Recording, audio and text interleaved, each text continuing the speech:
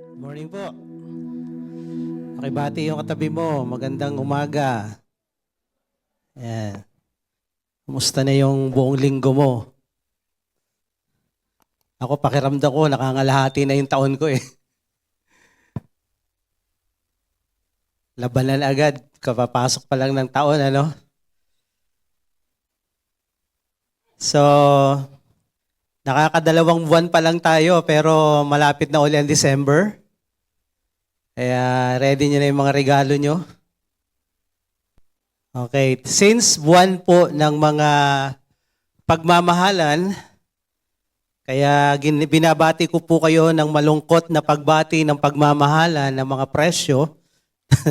Hindi. Pagmamahalan, mga puso, para sa may mga puso. Yan, ang topic po natin is, I love my local church. So, nagtapos tayo nung nakaraan dito. Bakit kailangan nating pag-aralan tong topic na to? Bagamat sa tanda ko lang, pangalawang beses ko palang itinuro yung topic na patungkol dito. Pangalawa ngayon. Kasi, hindi naman natin masyadong kailangan. Okay? Hindi natin masyadong kailangan. Pero from time to time, may mga napapadpad po dito na galing na ibang church, napapadpad dito na nanginginain lang, pasensya na sa word. Napanood tayo sa YouTube, napanood tayo sa Facebook, and then parang na-bless, nagustuhan, umattend dito. Pero may church sila. May church sila, no, na inaatinan. Or, wala talaga silang church. Sila ay Kristiyanong pangkalawakan. Ano ibig sabihin ng Kristiyanong pangkalawakan? Walang commitment sa local church. Ito yung mga palatandaan ng Kristiyanong pangkalawakan. Number 1, basa, walang commitment sa local church. Uupo lang sila dyan. Pagdating ng isang linggo, uupo ulit. Paglipas na isang buwan, uupo ulit. Paglipas na isang taon, uupo ulit. 2 taon, 3 taon, 5 taon, uupo ulit. Wala lang, uupo lang. Walang commitment.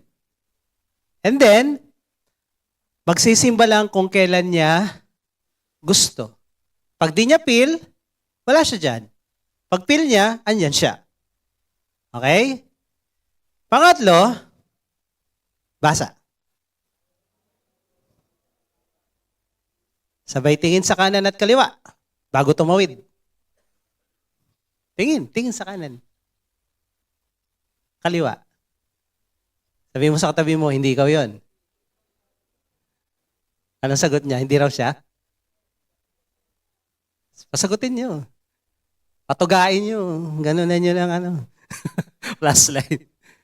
Ayaw mag-involve sa gawain ng church. Okay na kami dito. Tapos kadalasan yan, yung mga upuan dyan, may pangalan nila. Tingnan niyo yung upuan niyo kung may pangalan. Pag may umupong iba dyan, akin yan eh. Inunahan mo ko, VIP ka pa naman. First time mo umatin, dyan ka pa umupo sa upuan ko. Masama loob niya, may nauna. Okay, pangapat. Basa. Ayun, kagaya ng ginagawa ko ngayon. Pag next week wala kayo rito, alam na this. Okay? Pag napapagsabihan o nare-rebuke, sa ibang church mo na umattend. Sa ibang church mo na nagsisimba. Marami naman dyan eh. Ang kagandahan lang ngayon sa panahon natin, ang daming church sa paligid. Pero nung panahon ng Biblia, isa lang ang church bawat syudad. Pag sinabing Church of Ephesus, Corinth, isa lang yun. Pag ikaw natiwalag sa church na yan, ayaw mo sa church na yan, wala kang ibang church na mapupuntahan. Kaya mas matino ang mga Kristiyano noon kasi walang mapuntahang iba. Ngayon, pag na-rebuke sa small group, sa church na to, o sa ibang church, lilipat sa malaking church. At doon sa malaking church, hindi sila napapansin. Walang nangingelam. Kahit anong gawin nila, ang pakiramdam nila, nakikinig naman ako sa Word of God. Sumusunod naman ako sa pagsisimba kada linggo sa ibang church. Ang nakakalungkot doon, pag nag-rapture, akala nila kasama sila. Marami pong ganun. Pag nasita sa ibang church, nagpupuntahan sa malalaking church. At sa malalaking church, hindi sila pinapansin doon. Hindi sila kilala doon. Kaya nga may mga kakilala kami na naglipatan sa malalaking church, namatayan. Tapos kailangan ng magsiservice sa funeral service. Bumabalik sa Juhia para manghingi ng pastor na magsiservice. Eh sabi ng mga kasama naming pastor, di ba doon na kayo sa church na ganito? Bakit hindi kayo doon humingi ng pastor para mag-funeral service? O kaya magpapakasal? Babalik sa Juhia. So sabi ng mga pastor, ba't kayo nandito? Nandun na kayo. Hindi ko kami miyembro doon, nakiki-attend lang kami. Alam niyo ba, ang pribilehiyo na nakiki-attend tsaka miyembro magkaiba? Kahit dito, ina-announce ko, pag hindi ka miyembro ng small group, ng Bible study, hindi ka pwede mag-avail ng magpapakasal, funeral service, child dedication, bless ng kotse, bahay. Hindi. Kasi yung serbisyo namin, lalo ako, na napaka-ikli, napakaliit ng oras ko at panahon para ipamigay kong kani-kanino, para lang yon sa mga miyembro ng Juhia Masinag. At sino ang miyembro ng Juhia Masinag? Yung regular na uma-attend dito at the same time, uma-attend ng Bible studies. Kaya we encourage everyone na umattend ng Bible studies so you can avail the services. Kaya pag may kakasal ako, tatanong ko pag di ko kilala, kaninong Bible study member ka? Kailangan may endorsement. So, laging ganun. Kaya, ito ang rason, bakit natin pinag-aaralan to? Na walang isa man na umaattend dito sa SM Cinema 2 na Kristiyanong pangkalawakan. Sabi mo sa katabi mo, wala. Hindi ikaw yon. Last week, ikaw. Ngayon, hindi na. Okay? Pang ilan na to? 1, 2, 3, 4, 5. Pang 5.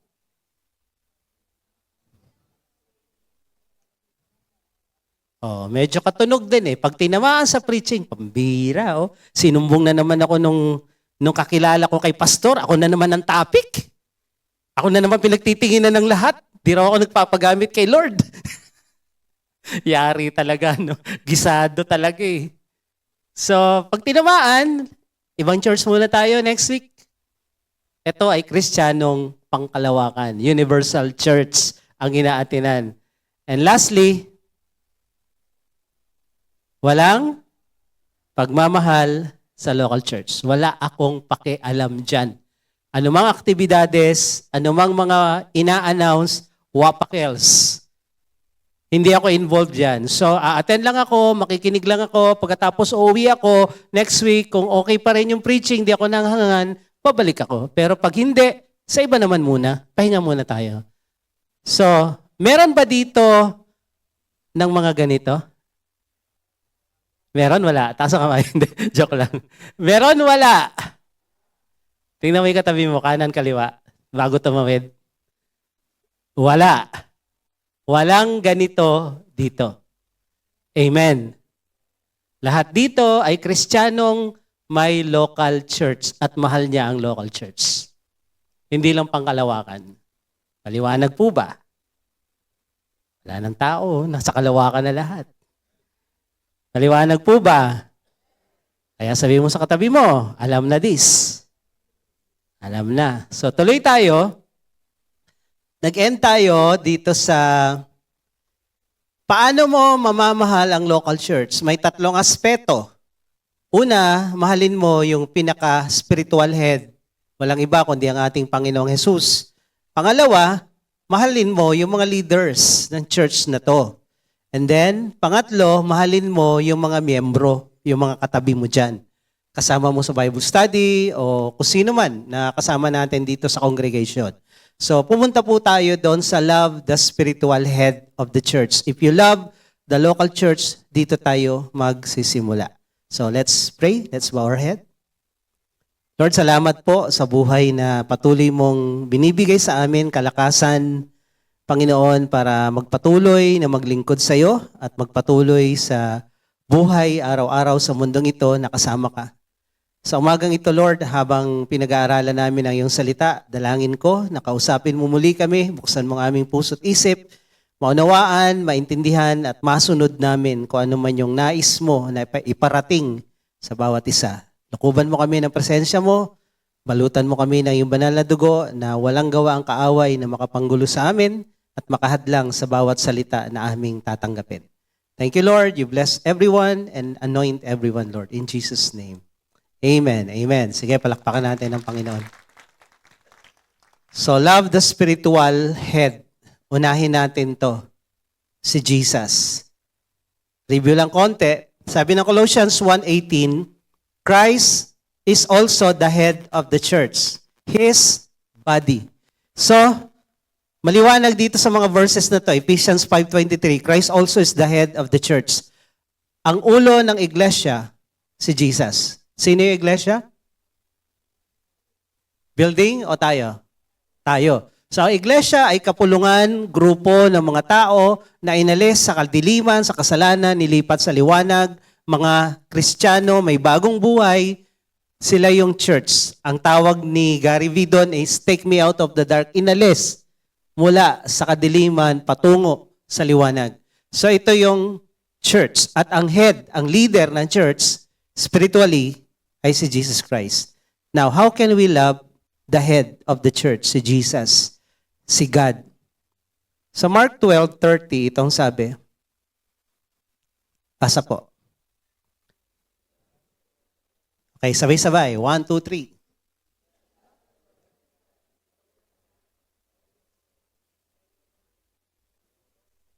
Parang di kayo nag-almusal ah. You shall love the Lord your God with all your heart. Sabihin nyo, all your heart. All your soul. All your mind. All your strength. Bakit kailangang pag-iwa-hiwalayin pa yung heart, yung soul, yung mind, and strength? Samantalang, pag tiningnan mo sa Bible, yung soul, andun na yung heart, andun yung mind. Minsan, andun din yung strength. Bakit kaya? Bakit kailangan pang ang sinigang ay may halong sitaw? Di ba? May halong pampaasim, may baboy, o kung ano-ano. Ba't kailangan? Alam naman natin na pag sinigang kasama na yun eh. Kasi ang point dito, mahalin mo ang Diyos ng buong ikaw. Walang kulang, walang reservation, todo. With all your being, mahalin mo ang Diyos. Bakit kailangan pang isa-isahin sa palagay nyo? Tanungin mo katabi mo, bakit kaya? Ba't kailangan isa-isahin pa? Hello? Ilan yan? Ilan? 4. So number 1 is, ulitin natin, heart. With all your heart. Number 2, with all your soul. Then, with all your mind. With all your strength. Hindi lang love the Lord with your heart, with all. Laging buo. All. Meron akong paboritong missionary, ang pangalan niya si Tistad. Napakayaman niya sa England. Mayaman yung angkan nila, negosyante yung tatay niya. Then, nag-missionary siya sa India, iniwan yung kayamanan. Then, nung edad niya, 65, imbis na mag-retired, pumunta siya ng Africa at nag-mission doon sa mga cannibals. At yung mga picture niya, yung picture ng kanyang kubo at ng mansyon sa England ay talaga namang anlayo ng diferensya. Meron siyang sinabi, doon sa libro niya, autobiography niya, sabi niya, when you serve God, it is all or nothing. Hindi pwedeng maglilingkod ka sa Diyos ng paunti-unti. Pa-attend ka lang, pa-involve ka. Minsan, hindi pwede. Sabi niya, when you give to God, you give everything to God. All or nothing. Kaya sabi niya, I am a gambler for Jesus. When I bet everything. Ang ginawa niya, lahat ng minana niya sa tatay niya, pati yung mansyon, pinaghahati-hati niya merong China Inland Mission ni Hudson Taylor, binigay niya yung 1/4. Tapos yung kay George Mueller, yung nagpapakain ng mga orphanage, binigay niya yung 1/4. And then sa Foursquare, nagbigay siya ng 1/4. So lahat ng kayamanan niya, pinamigay niya. Tapos ang sabi dun sa Bible, nabasa niya, lahat ng kayamanan, ipamigay mo sa mahihirap, pinamigay niya. Nagtira lang siya ng konti, pamasahe, papuntang India. Ganon kalupit. Itong taong ito. So, tayo kaya, ilang porsyento ang binibigay mo kay Lord? Ilan? Tingin uli sa kanan at kaliwa bago tumawid. Ilan? Tanungin mo, ilan? O, baguhin natin ang tanong. Ilang porsyento ang binigay ni Lord para sa'yo? Ilan?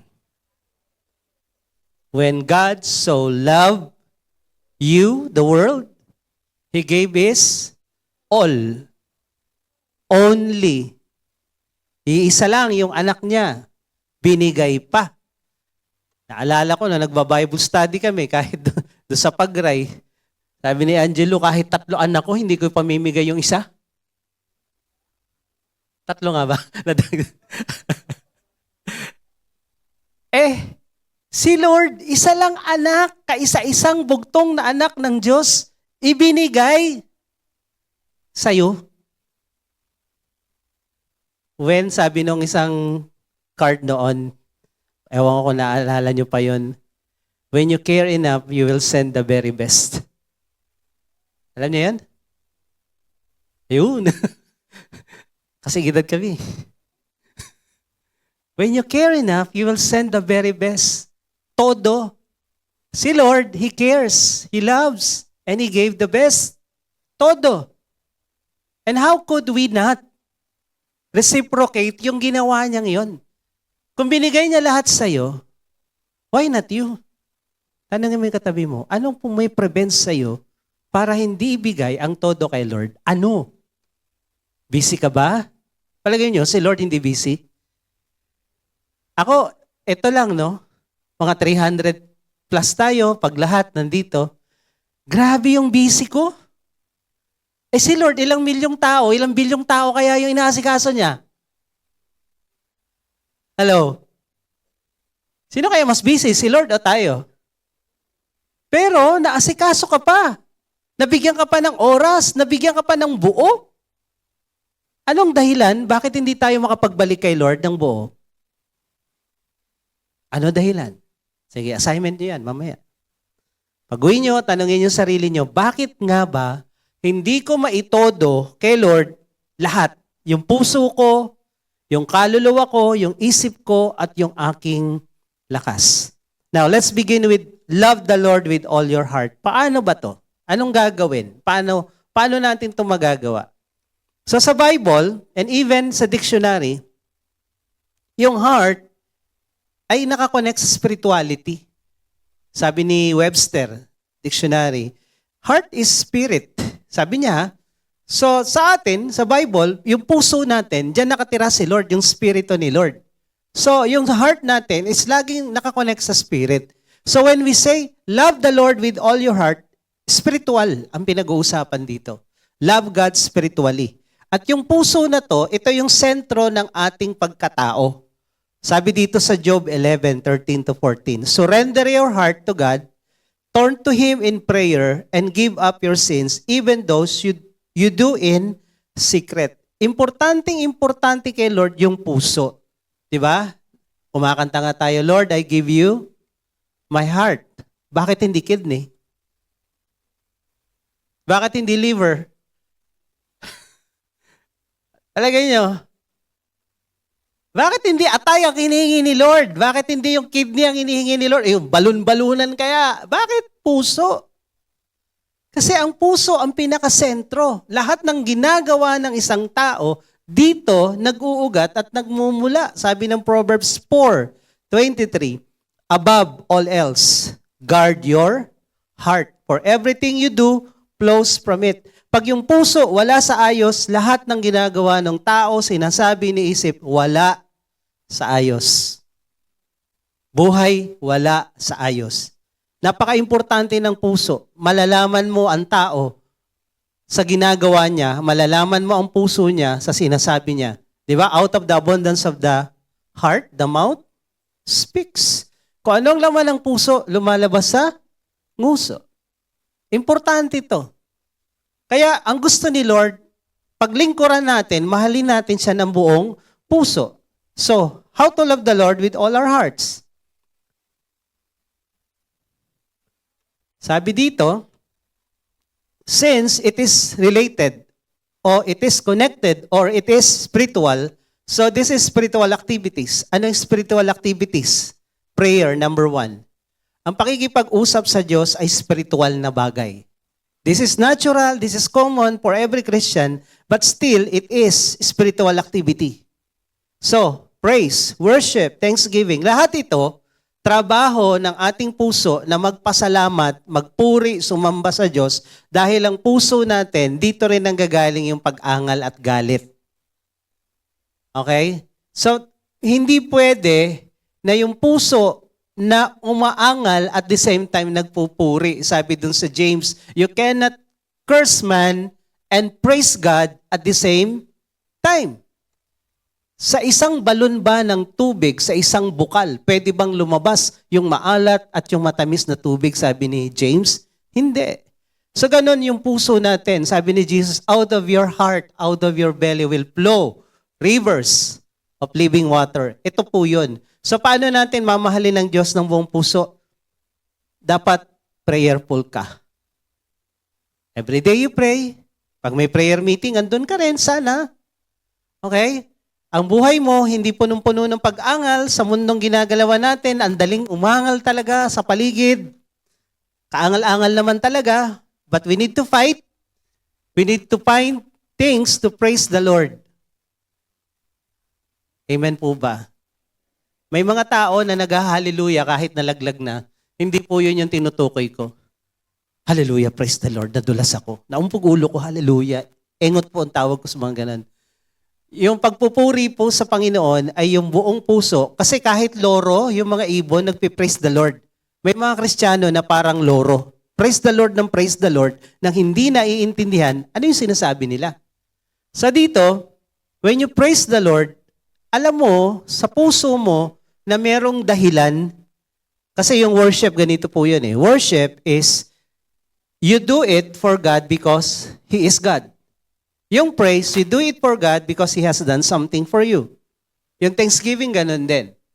Pero isa pang meaning ng worship is, anything that you do for God out of love.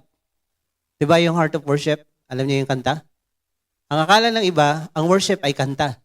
Pero nung na-compose ni Matt Redman yung kantang yung Heart of Worship, sabi niya, I give you more than a song. I give you my heart. Sabi ng pastor nila, mag-worship kayo na walang kanta. Naguluhan yung worship team eh. Paano yun? Paano yun? Anything you do for God out of love from your heart is worship. Naglalaba ka, nagwawalis ka, lalo yung music team natin dito, yung mga youth, SYP. Pag naglinis kayo ng bahay, tumulong kayo sa mga magulang nyo, gumalang kayo, ginagawa nyo yan para kay Lord, ang tawag dyan, worship. Hindi, may worship kami sa church eh. May practice kami ng worship. Mag-practice kayong mag-worship sa bahay by obeying your parents. Respecting them. Hello? Hindi pwede ang gagaling nyo mag-worship dito. Hindi worship yan. Performance yan. Pag di kayo marunong na mag-worship sa bahay, peke yung worship nyo dito. Performance lang yan. Hindi yan tunay na worship. Ang tunay na worship nagsisimula sa secret place. Walang nakakakita, ikaw lang at si Lord. Nagtatrabaho ka, naglilinis ka para kay Lord, worship yan. Huwag nyo idadahilan, may practice kami, hindi ako makapagwalis. Hindi ako makapag-us ng plato. Magsumbong kayo sa akin, mga magulang. Para hindi na natin i-assign yung mga yan dahil busy. Busy. Busy yung sumunod sa inyo. Magsumbong kayo ha. Wala naman yung mga youth dito, hindi naman nila alam na pinag-uusapan natin sila. May youth ba dito? Wala naman eh. Wala akong makakita eh.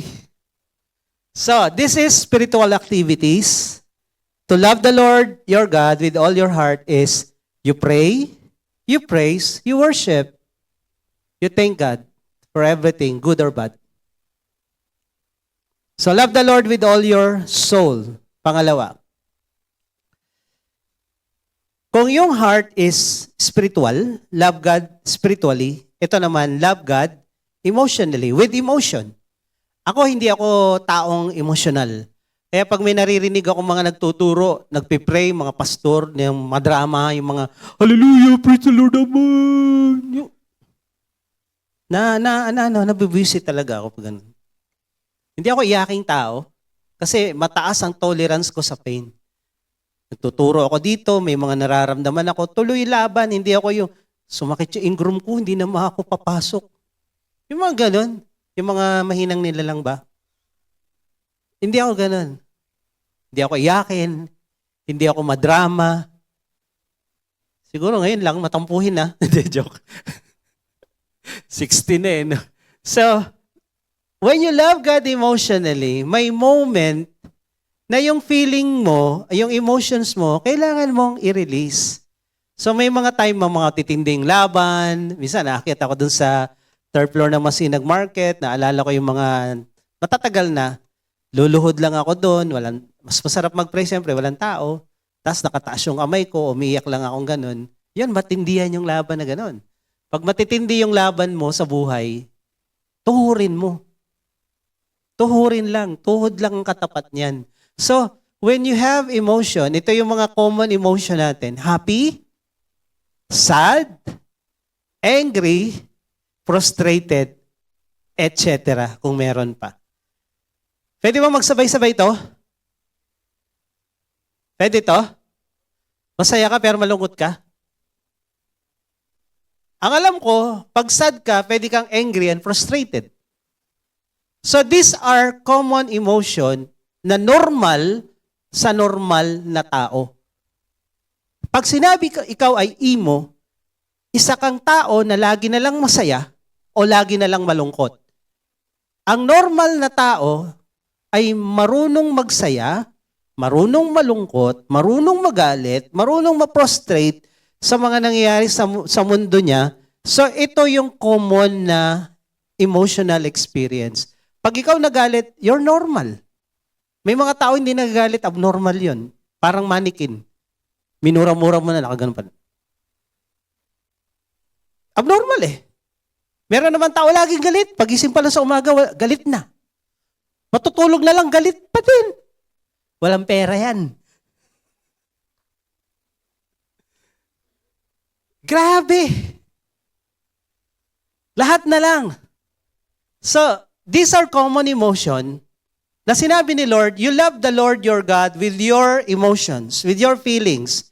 So, how? How to love the Lord with all your soul, our soul. Merong mga panahon na pag nag-worship ka, dito o kaya personal, okay lang umiyak. Okay lang maging emotional. Magpapalakpak ka dyan dahil masaya ka, sinagot ni Lord yung prayer mo, lumundag ka dyan, wampa, itong isang katabi mo. Wala kang pakialam, basta ako masaya. Di ba? O ikaw naman, umiiyak dyan sa isang gilid habang nag-worship. Napipil mo yung presence ni Lord eh. O may pinagdadaanan ka sa oras na yon. Kaya ramdam mo yung message ng song. Every words, nararamdaman mo, ikaw ang kinakausap. Ako pag nag-worship ako, nagpapatugtog ako ng mga kanta, paborito ko yung mga kanta na dalawang klase kasi. Yung nagmi-minister kay Lord, nag-worship kay Lord, o yung nagmi-minister sa akin. Yung parang, kunyari, yung Casting Crown, pag sila kumanta, parang nagpipreach. Para silang nagpipreach sa'yo, kinikwento niya yung buhay mo, tapos kinikwento niya yung kabutihan ng Diyos, so nagpipreach sila through music. So nami-ministeran ako doon. So during that time, you can be emotional, personal, habang nag-worship ka o dito. Kaya pag may worship time dito, may umiyak, may tumatawa, may lumulundag, huwag niyong pakialaman, buhay niya yan. Hello? Lalo na kung minsan-minsan niya lang ginagawa yan. Kagaya ko, hindi ako iyakin, bihira lang. Pag talaga naramdaman ko yung presence ni Lord tsaka yung labanan, matindihan. So, pero kung linggo-linggo na lang, lumulundag, umiiyak, talaga namang may mga Christian na pag pumalakpak talaga, gumaganon talaga eh. Maya-maya, umiikot na, lumilipad na. Aswang pala. Parang Ellis eh. May karga pala yun, may mantika pala sa kilikili yun eh. May dipahid. Hindi niya alam yan. So, depende. Kasi may mga churches din na required yung mag-praise and worship ng 2 oras, tapos mag-tongues ng 30 minutes. Pag di ka marunong mag-tongues, parang hindi ka papasok sa langit. Alam mo yun, tongues? Oh, tapos yung buhay naman nila, walang nangyari. Tongues na doon, tongues na dito. Tongues na lahat sila. So may mga ganon, parang mechanical. Pero itong sinasabi kong emotional, bugso ng pagkilos ng Diyos sa puso mo. Hindi ito, uy, Sunday na naman, papalakpak na naman ako, maglulundag ako, baka maumpog ka dyan, ingat lang. Hindi ganon. O joke ng Holy Spirit. Ito yung emotional. Sabi dito, use and lead your emotion. Yung emotion mo, galit ka, masaya ka, malungkot ka, i-lead mo yan palapit kay Lord. Ito yung ginagawa ng mga tao sa Biblia. James 5:13 sabi dito, any of you suffering, naghihirap ba kayo? May problema ba kayo? May laban ba kayo sa buhay? Sino meron? Wala, ako lang. Sino po yung medyo may matinding laban ngayon? Taas sa kamay. Ayan, sabi dito, you should pray. So pag ikaw emotionally sad, angry, frustrated, or even happy, you pray. Ito sabi ng Bible, dalhin mo kay Lord, Lord, naiinis ako. Lord, nagagalit ako sa mga corrupt na to. Lord, maawa ka. Yung mga ganon. So, are you happy? Sino naman dito yung happy? May happy ba dito? Oh, sabi dito, ano daw gagawin? You should sing praises. Kung malungkot ka, may laban ka, pray. Emotional. Kung ikaw naman masaya, you sing praises. Pero tingnan niyo si David, Psalm 42:5. Why are you cast down, O my soul? Topic natin, how to love the Lord with all your soul. Ha? Sabi niya, sarili niya, ba't ka ba malungkot? Ano ba nangyayari sa'yo? Laban lang. Huwag kang give up. So sabi niya, why are you cast down, O my soul? Why are you disquieted within me? Bakit tahimik kayo? Ba't nagmumukmuk ka dyan? Kinakausap niya sa sarili niya. Sabi niya sa sarili niya, hope in God. For I shall yet praise Him for the help of His countenance. Kahit down, kahit malungkot, ang sabi ni David, praise the Lord. Ang sabi ni James, when you're happy, praise the Lord. Pero ang sabi ni David, kahit malungkot, praise the Lord. Hello? Yung sacrifice of thanksgiving, yung sacrifice of praise na binabanggit, ito yung kahit nasasaktan ka, kahit nahihirapan ka, kahit may problema ka, kahit may pinagdadaanan ka, you push, you draw yourself to God and praise Him. Ito yung powerful. Ito yung ayaw ng demonyo na marinig, na kahit naghihirap ka, nagpupuri ka pa rin sa Diyos. Yan yung ayaw ng dyablo. Ang gusto ng dyablo, magmukmuk ka, manahimik ka, magmukha kang kawawa, at papalakpakan ka niya. Pero the moment you praise the Lord, kahit nag-struggle ka, may problema ka, takbo ang demonyo palayo. Because sabi ng Bible, the Lord inhabit the praises of His people. Sa ibang translation, God enthroned in the praises. Pag nagpuri ka, ang Diyos bumababa at naluluklok sa trono sa harapan mo, yung demonyo hindi makatiis. Kaya may problema ka ba? Praise the Lord. Ayun sa katabi mo, praise the Lord. Purihin mo siya. So, that's the way it is na mamahal natin ang Diyos with all our soul. What's next? Love the Lord with all your heart, soul, and ang susunod, mind. So, love the Lord your God with all your mind. Mind is mental, okay? So if we love the Lord spiritually, emotionally, kailangan din mentally. Ito yung pananampalatayang biblical na ginagawa natin ay kailangang gamitan ng utak. Knowledge, thoughts, intellect, logic. Karamihan ng relihiyon sa buong mundo hindi ginagamitan ng utak. Gusto niyo magbigay ako ng example? Example, sabi ng isang kakilala namin, si Jesus walang kapatid. Yung sinasabi ng Biblia ng mga kapatid, spiritual yan. Naniwala sila sa mga nagturo sa kanila nang hindi nila in-scrutinize ang Bible kung yun ba talaga. At sa ibang relihiyon, bawal magbasa ng Bible. So paano malalaman ang truth na sinasabi ng John 8:31-32, if you will continue in His word, in my word, sabi ni Jesus, you will know the truth, and the truth will set you free. Paano nilang malalaman ang katotohanan? Bawal basahin ang Bible. Hindi pinababasa. Paano malalaman ang katotohanan? So ang sabi ni Jesus, tong mga religious leader na to, mga bulag na naglilid sa bulag, parehong malalaglag sa butas, sa bangin. Sa India, 4 na taon kami halos doon. May nakausap akong Hindu. Sabi ko, alam mo ba, yung Diyos na sinasamba mong si Ganesh, yung Ganesh po yung elepante na God. Elepante ulo, katawan bata. Sabi ko, alam mo ba, is history niyan? Sabi niya, hindi.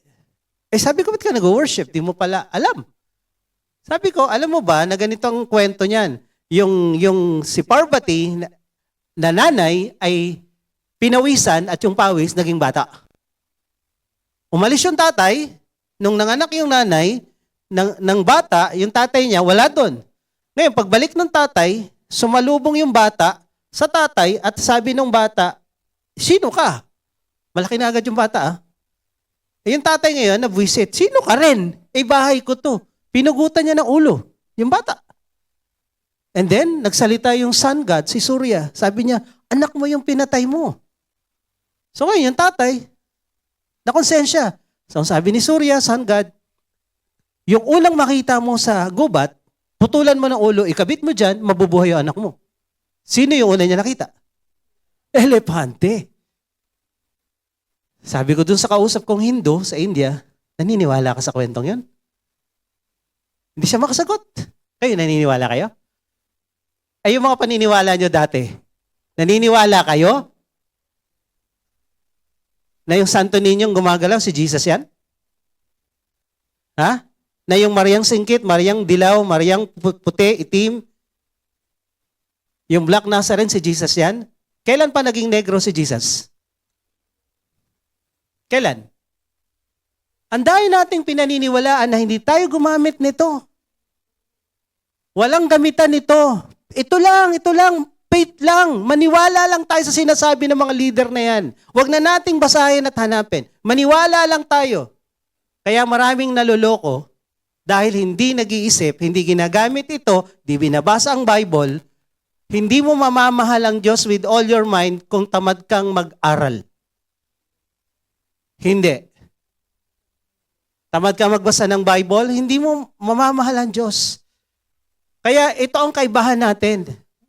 We encourage you to read the Bible. Bakit? Wala tayong tinatago dito. Yung mga relihiyon na ayaw ipabasa ang Bible, ang daming tinatago niyan. Bakit malalaman mo? Si Kristo pala Diyos eh. Hindi pala tao lang. Si Kristo pala hindi maliit na Diyos. Malaking Diyos pala yan. So, pag hindi mo binasa ang Bible, you cannot love the Lord with all your mind. Kaya sabi mo sa katabi mo, magbasa. Magbasa araw-araw. Okay? So, understanding the Bible and sharing it to others. You need to use your mind to understand God and the Word of God. Hindi mo maintindihan kung sino ang Diyos kung hindi ka mag-aaral ng Biblia. You cannot. Okay? Kami sa seminary, tsaka sa Bible school, sinasabi, it is impossible. It is difficult. It is dangerous thing to practice theology, to practice ministry without sound theology. Mahirap mag-share ka ng Word of God, wala kang alam patungkol sa Bible, sa Diyos. Magiging kulto ka at dadalahin mo yung miyembro mo sa kamalian. So ito po yun. Sabi ng 2 Peter 3:18, grow in grace and knowledge. Ang mga Kristiyano, hindi bobo. Dahil alam nila ang Biblia. Ang sabi ng Psalm 119, mas matalino pa ako sa teacher ko because your word is the lamp. Your word is my guide. So, mas matalino ang mga taong nagbabasa ng Biblia kaysa dun sa hindi. May nagbabasa ba ng Bible dito? Taas ang kamay, mga nagbabasa. Ayan, sabihin mo sa katabi mo, matalino ka. You will know the truth. The truth will set you free. So, knowledge. Love the Lord with all your mind. Use your mind to meditate. Sa Joshua 1:8, this book of the law shall not depart from your mouth, but you shall meditate on it day and night. Sa Hebrew, yung word na meditate is ponder, imagine, utter. So, pag ginamitan mo ng meditation, you use your brain, you use your mind. So, ang pagbabasa ng Bible, hindi mata lang. Hindi lang bibig, utak ang ginagamit. Kahit anong basa mo, hindi mo iniintindi, hindi mo binubulay-bulay, hindi mo minimeditate yung binabasa mo, walang epekto sa'yo yan. Okay? So, ang sabi dito, meditate on it. Kailan? Ang dami nating minimeditate. News. Bad news. Good news. Walang good news sa TV. Bad news. Ano pa? Minimeditate natin yung utang. Problema. Ang minimeditate Word of God day and night. Ano daw mangyayari pag na-meditate mo? Magagawa mo so that you will do according to all that is written. Gusto niyo makasunod sa salita ng Diyos? Meditate the Word of God. Don't just read it. Yung iba, basa, post. Post sa devotion. Para lang masabing, nakakomply ako. Meron po kasi kami mga group chat na yung mga devotion pinupost. Yung iba, post lang ng post. Hindi ko alam kung nang meditate nila. Kasi malalaman mo ko yung tao nag-meditate, nagbabago buhay niyan. Umaayos buhay niyan. At saka ang sabi dito, umuunlad. For then, you will make your way prosperous. And then you will have good success. Magtatagumpay ka, uunlad ka kung totoo kang nagme-meditate ng Word of God. Kaya kung tutuusin, pag ito nagawa mo, walang mahirap na Kristiyano. Ang goal natin, lahat ng anak ng Diyos, mayaman. Dahil ang tatay natin sa langit, mayaman. Sabi mo sa katabi mo, mayaman, hindi mayabang. Okay? So, how to love the Lord with all your mind? You need to read the Bible, you need to meditate the Bible, you need to study the Bible. Okay, announcement. Kailangan yung umattend ng Bible study at saka Bible study training. Okay? Kung gusto nyong malaman yung pagmamahal sa Diyos ng buong isip, kaisipan, may kaalaman, kailangan nyong umattend ng Bible study. Kung wala kang Bible study, you need to find one. Kung may Bible study ka na after 3 months to 6 months, ikaw na dapat nagba-Bible study. At para magawa mo yung pagba-Bible study na yan, meron tayong Bible Study Leaders Training. At magsisimula uli yan this March 2. Ang deadline po is last Sunday of the month. Last Sunday of the month, kailangan magparehistro na kayo, magparegister kayo para malaman namin kung ilan ang a-attend sa batch 4 ng Bible Study Leaders Training. Next week, mamimigay po kami ng registration form. Okay? So, meditate, study, understand the Bible, obey. And then, share it to others. Yung share it to others, kailangan mong mag-start ng sarili mong Bible study. Sa mga umaattend na ng Bible study 3 months above, it's time para naman kayo ang magturo sa iba. Kasi kung naintindihan mo, tsaka mo lang may tuturo. Kung hindi mo naintindihan, hindi mo nagamit yung mind mo, hindi mo may tuturo sa iba dahil mali ang ituturo mo. Pero since 3 months, 6 months, tinuruan ka, alam mo na, pwede mo nang ipasa sa iba. Sabi mo sa katabi mo, ipasa mo na. And lastly, ano yung pangapat? Love the Lord with all your strength. Pag sinabing with all your strength, physical. Love God physically. So merong spiritual, merong emotional, merong mental, merong physical. Apat na aspeto yung pagmamahal natin sa Diyos. So when it comes to strength or physical, kasama dito yung action. Okay? Yung serbisyo natin sa Panginoon, yung abilidad, yung mga talento, yung kakayanan, yung pera. Bakit kasama yung pera? Pinaghirapan mo yan eh. Pinagpaguran mo yan. Kaya ka nagkapera, nagtrabaho ka, lakas ang ginamit mo. So paano mo mapapaglingkuran ang Diyos sa pamamagitan ng lakas? Yung aksyon, yung serbisyo, yung abilidad, yung talento, at kasama yung skills mo at pera mo, yan ay magagamit mo sa paglilingkod sa Diyos. So paano yun? How to love the Lord with all your strength? Mag-volunteer ka na. Sabi mo sa katabi mo, mag-volunteer ka na. Paano mo malalaman kung saan ka effective na ministry? Start with what you can do or what you want to do. Pag di ka nagsimulang mag-involve, dito po ang dami natin kailangan natin ng singer na lalaki dito, kailangan natin sa kids, kailangan natin ng driver, security, ushering, dahil kukunin natin yung katabi na Cinema 1. So, kung kayo ay mag-involve dito, next week, may papapilapan kami, may pamimigay dyan. Kahit once a month, ma-duty ka, then malalaman mo, dito pa talaga ako? Ay, mukhang hindi, mukhang dun. Mukhang ako yata yung dapat pastor na. Teka lang, tsaka na natin pag-usapan yan. tsaka na yan, malayo-layo pa yan. Wala namang problema doon, pero malayo pa yan. So, marami tayong pwedeng paglagyan sa inyo. But you need to step up. One step muna, mag-involve ka. Next week, mamimigay tayo ng form para dito sa ministry involvement. Kaya yung mga wala pa, huwag kayong absent. Next week, pupuntahan namin kayo sa bahay nyo. Brad, absent ka. Sige, pumirma ka ngayon. Wala kang lusot. Kala nyo, ha? Tatakas ka pa, ha? So, be involved in the ministry. Use your skills, talents, training, abilities, and money for God. Tanong, saan ba galing yung mga yan? Kung hindi ka binigyan ni Lord ng kakayanan para magkaroon ng ganyan, wala kang talent, wala kang skill, hindi inahayaan ni Lord, saan ka dadamputin? Eh dahil pinabayaan ka ni Lord na magkaroon ng mga bagay na yan, why not give your 10% to God? 10% of your skill, talents. Hindi naman sasabihin ni Lord, lahat ng pagkakakitaan mo, dito mo nadalhin sa church. Hindi naman. Once a month duty, why not? Sabi mo sa katabi mo, ano pang inantay mo? Once a month lang, oh. Balik tayo dito. Tinuro ko to last January. Itong dalawang eroplanong ito, magkaiba lipad nito. Dito, sa unang lipad, spiritual growth, level 1, ikaw ay uma-attend ng Sunday worship. Ito, uma-attend ka dito. Ikaw ay uma-attend ng Bible study. Sa Sunday worship, nakikinig ka ng worship, kumakanta, tumutugtog yung mga musician, nagpipreach si pastor, ikaw ay nabibless. Bless na bless ka. Uma-attend ka ng Bible study, tinuturuan ka ng Bible study leaders mo, nabibless ka. Bless na bless ka. Okay?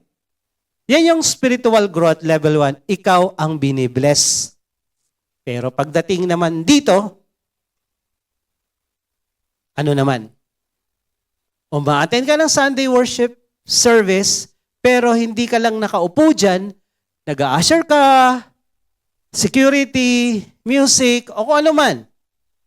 Ikaw naman ang nagbibless sa iba. Sa mga bago na uma-attend lang. Dahil ikaw matagal ka nang uma-attend dito, hindi ka na dapat binibless. Ikaw ay binless para maging blessing sa iba. So ikaw naman ang nagbibless. Nagpapagamit ka na dito. At sa Bible study, hindi ka na binibless. Ikaw naman ay may Bible study na rin para mabless din yung iba. Binibless tayo para tayo maging blessing. Inaalagaan tayo para mag-alaga din tayo ng iba. Tinuturuan tayo para makapagturo din tayo sa iba. Maliwanag? Sabi mo sa katabi mo, maliwanag? Ulitin natin. Next week. Pag hindi pa naman kayo na-convince dito, ambot sa imo. So, ito first level, Attendees ka lang, binibless ka. Ito second level, paglipas ng mga 6 na buwan, ikaw naman ang nang bibless sa iba. Sino yung gustong mambless sa iba? Nasa kamay. Hindi lang tagatanggap, tagabigay na siya. Dito, tagatanggap ka lang eh. Tanggap, tanggap, tanggap, tanggap. Dito, ikaw naman ang magbibigay. Sino yan? Taas sa kamay. Sige, picturean nyo lahat yan. Kita ni Lord. So, dito ako mag-end. Sa Matthew 25:13-30, may kwentong ganito. Matthew 24, sinabi ni Jesus, ito yung mga palatandaan ng pagwawakas ng daigdig. So, inisa-isa niya, lindol, gera, kaguluhan, at yung verse 14 sabi sa Matthew 24, this gospel of the kingdom will be preached to all nations, then the end will come. And then, nagkwento siya ng mga parable of the virgins, blah, blah, blah, and then parable of the talents. So, ang sabi dito sa verse 13, Jesus answered, truly I say to you, I do not know you, kasi yung parable of the virgin, ang karugtong nito, watch therefore, for you know neither the day nor the hour. Sabi niya, yung pagdating ko, yung rapture, hindi nyo alam ang araw at oras. Alam lang natin yung palatandaan, pero yung saktong araw, oras, walang nakakaalam. So ganito ang kwento ng rapture. Another angle ng kwento. Merong isang tao na bumiyahe at yung kanyang mga alipin, binigyan niya ng mga talento. Yung isa, binigyan ng 5. Yung isa, binigyan ng 2. Yung isa, binigyan ng 1. Yung binigyan ng 5, agad-agad nagnegosyo, pinarami yung 5, naging 10. Yung 2, agad-agad pumunta siya at binenta, nagnegosyo, naging 4. Pero, yung iisa lang ang talent, but he who had received 1 talent went and dug in the ground and hid his master's money. Itong iisa na nga lang yung talent, tinago pa. Hindi pa pinarami, hindi pa pinagamit, tinago. So, after a long time, bumalik yung master. Ito po ay patungkol kay Jesus, no? Yung second coming. Binibigyan niya lang ng parable, yung mga taong kausap niya at tayo, na ganito yung magiging itsura. So pagbalik ni Jesus, o pagbalik ng master na to, nagkaroon ng pagsusulit. Tinawag niya yung 3. Inuna yung binigyan ng 5. At ang sabi dito, Master, yung 5 mo, naging 10. Okay? His master said to him, well done, good, faithful servant. You have been faithful over a little, I will set you over much. And then, dumating yung 2, ganun din, naging 4. Well done, good and faithful servant. You have been faithful over a little, I will set you over much. Enter into the joy of your master. Masaya yung master mo, sumamba ka sa sayang ito. Dumating yung isa. Sabi ng isa, takot ako eh. Nahiya ako eh. Ayaw magpagamit eh. Baka tawanan ako eh. Baka yung talent ko, hindi karapat-dapat eh. Natakot ako. Tinago ko yung talent ko, hindi ko pinagamit, Lord. Anong sagot sa kanya ng kanyang Lord, Master? You wicked, lazy servant. So, duwag, masama, tamad. Pag hindi ka nagpagamit kay Lord, isa kang duwag, isa kang tamad, isa kang masama. Okay? Hindi ko sabi yan ha, sabi ng Bible ha. Tapos, sa dulo ng kanilang usapan, pinagalitan siya at kinuha yung iisa na lang na talento, kanino binigay? Doon sa merong 4 o 10? 10. Give it to him who has the 10 talents. For to everyone who has, will be more be given. Alam niyo, ang talent ko lang noon, magkwento eh. Ang talent ko lang talaga, bida-bida. Sa umpukan. Pero nung nagpagamit ako kay Lord sa konti kong talent, ang dami kong nadagdag, ang dami kong natutunan mula nung naglingkod ako sa Diyos. So, the more you give, the more you will receive. The more na nagpapagamit ka kay Lord, the more na dinadagdagan ni Lord yung abilidad at kakayanan mo. The more na hindi ka nagpapagamit kay Lord, mawawala pati yan. Tingin ulit sa kanan at kaliwa bago tumawid.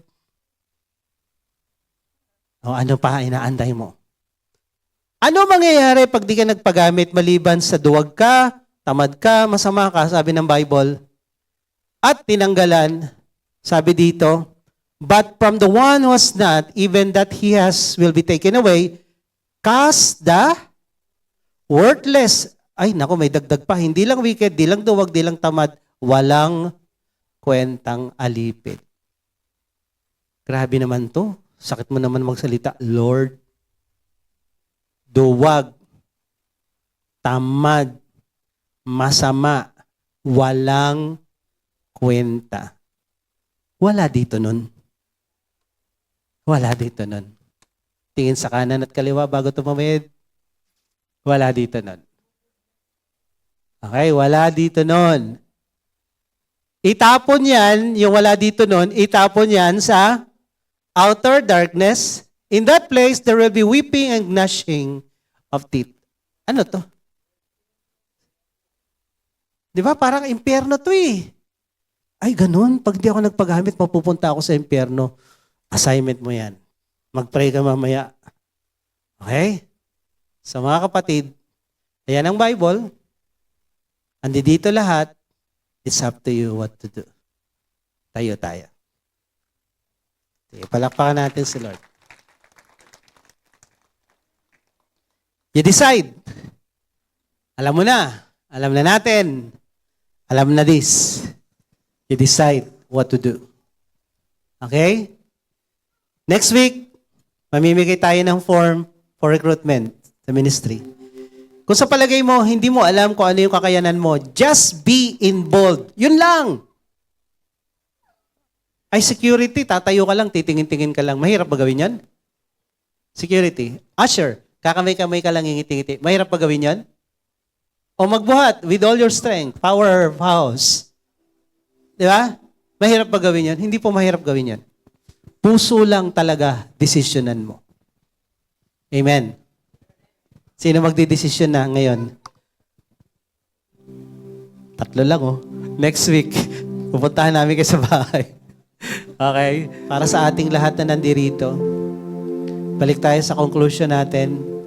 Paano natin mamahalin si Lord? We must love the Lord our God with all our heart, with all our soul, our mind, and our strength. Karapat dapat bang mahalin ang Diyos? Yes. Meron pong disipulo si John, Apostle John. Ang pangalan ay si Polycarp. Yun yung mga naging disciple niya, successor niya. Nung si Polycarp ay papatayin, pinipersecute, at ang sabi ng mga Romano, yung mga tawag nito, yung mga otoridad, i-deny mo si Jesus Christ. Talikdan mo si Jesus Christ. Huwag ka nang sumunod dyan. Huwag ka nang maglingkod dyan sa Jesus na yan para mabuhay ka pa. Sabi niya, tumanda na ako ng ganito, ni minsan, hindi ako binigo ni Jesus. Tumanda na ako ng ganito, ni minsan, di niya ako pinabayaan. Ni minsan, hindi niya ako binigo. Paano ko siyang tatalikdan? Paano ko siyang hindi paglilingkuran? Paano ko siyang hindi mamahalin? Hindi niya ako binigo. He never failed me even once. Kung kilala niyo si Lord, kung kilala niyo itong Diyos na to, itong Jesus na to, ni minsan hindi tayo pinabayaan. Alam niyo yon? Kahit minsan marami tayong question, marami tayong tanong, ba't ganito? Pero in reality, nandito pa tayo until now because of His goodness. Because of His kindness. Because of His love. Kung wala yun, wala na tayo rito. Ako, matagal na. Grasya lang, biyaya lang ng Diyos. Kaya, kung ano yung sinabi ni Polycarp, paano kung tatalikdan tong Jesus na to? Paano hindi ko paglilingkuran tong Jesus na to? Paano hindi ko mamahalin tong Jesus na to? Tinodo niya yung pagmamahal niya sa akin. Pinatawad niya lahat ng kasalanan ko at ni minsan, hindi niya ako binigo, hindi niya ako pinabayaan. Hindi lahat ng prayer ko binigay niya, pero lahat ng kailangan ko, binigay niya. Ganon din tayo. Kung alam natin to, why not?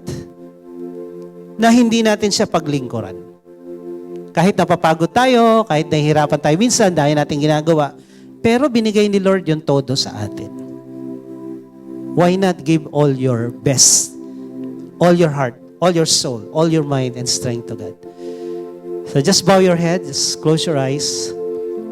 Pwede pa ang iaalay natin kay Lord yung ating buong puso, buong kaluluwa, buong isip, buong lakas. Pwede bang itaas natin yung kamay natin at sabihin natin, Lord, ito ako. Ito yung buong puso ko, ito yung buong kaluluwa ko, ito yung buong kaisipan, ito yung buong kalakasan, inaalay ko sa iyo. Minamahal kita ng buong puso, buong kaluluwa, buong lakas, buong isip. Gamitin mo ako, Panginoon.